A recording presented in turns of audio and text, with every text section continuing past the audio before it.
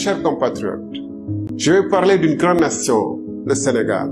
Une nation avec de grandes figures qui, par leur vision et leurs actions, ont imprimé à la marche du pays une orientation reconnue par l'histoire.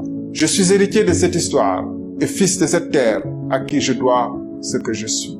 Des caïcédras de Thiès aux rizières de Bambali, des trésors enfouis dans la terre de Kédougou, à la fois vibrante du Fouta, de la fierté du Jolof au charme du Kabada, de Guédiawaye à Bakel, chaque coin du pays résonne en moi comme des opportunités, des défis et des souffrances vécues avec mes compatriotes. C'est de tous ces terroirs que je tiens mon engagement, ma loyauté et ma dévotion à l'endroit de la patrie et de la République. Il y a 16 ans, en 2007, j'ai été contraint à l'exil aux Comores par le régime d'alors pour m'être opposé au démantèlement de la SECNA. C'était mon devoir envers le Sénégal et l'Afrique. En tant que directeur général de l'autorité de régulation des télécommunications et des postes ARTP, en 2012, j'ai fait diviser mon salaire par plus de 3 pour matérialiser un engagement de campagne d'une gestion sobre et vertueuse. En 2017, ma démission du poste de ministre de l'Énergie a été motivée par le refus de signer des contrats d'hydrocarbures préjudiciables aux intérêts du Sénégal. Ces faits, parmi d'autres, attestent de ma loyauté envers mon pays. Jamais je n'ai failli à mon devoir de servir mes compatriotes. Mes chers compatriotes, aux 4 coins du Sénégal, j'ai croisé des femmes et des hommes pour qui trouver un repas par jour est un défi de chaque instant. J'ai rencontré des compatriotes pour qui se soigner, mettre les enfants à l'école sont des défis le long de l'existence. La jeunesse désenchantée lutte pour réaliser ses aspirations sur son propre sol ou brave la mort pour chercher ailleurs un avenir meilleur.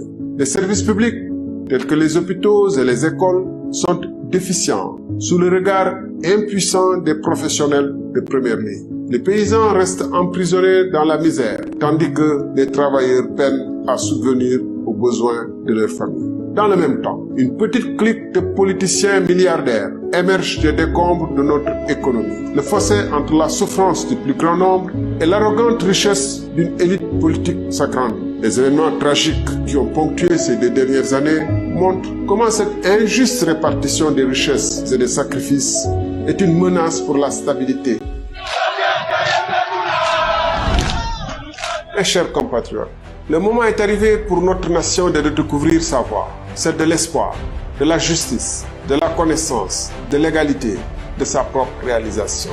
Le temps est venu de réinventer nos façons de vivre face à l'urgence climatique. Notre agriculture devrait être repensée pour permettre aux acteurs de cultiver tout au long de l'année et s'offrir une vie meilleure. Les femmes doivent vivre dignement et voir leurs enfants réussir auprès d'elles sur leur propre terre. Il est temps que le Sénégal devienne l'usine de l'Afrique de l'Ouest, en entrant de plein pied dans l'ère du numérique, pour révolutionner nos façons de produire, de nous soigner, de commercer.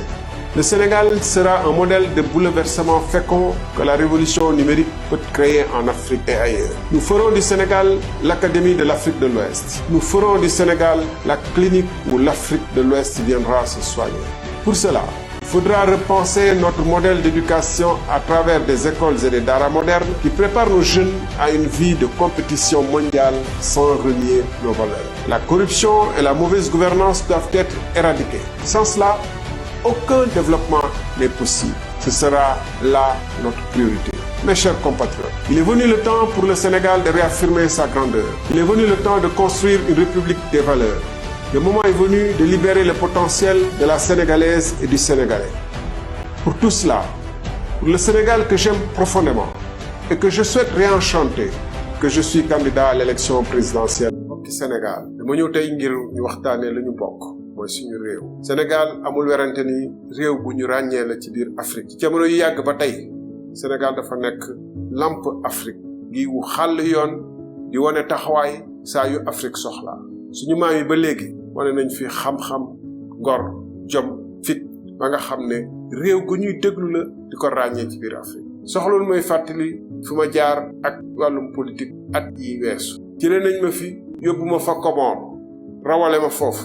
ngir lan ngir taxawaay bi ma amoon bañ ni dañuy saax-saaxee ASECNA tas ko te loolu doonul jëriñu Sénégal doonul jëriñu Afrique bu ngeen fàttaliku ci atum 2012 taxaw naa temm ngir ñu wàññi salaire directeur généraux yi tàmbale nag sama salaire bi nga xam ne lu yées benn xaaj ci ñett lañ ma doon mujj fay. ndax réew moo xam ne ñenn ñi ñu gën a néew dañuy fayeeku ay millions nekkat ay milliardaires sax ci seeni pexe gën gaa bëri nag te ndóol di gën a yokk réew moom mënul tekki. bu ngeen fàttali ko it année 2017 ma daal di tekki sama ndomboy ministre de l'énergie.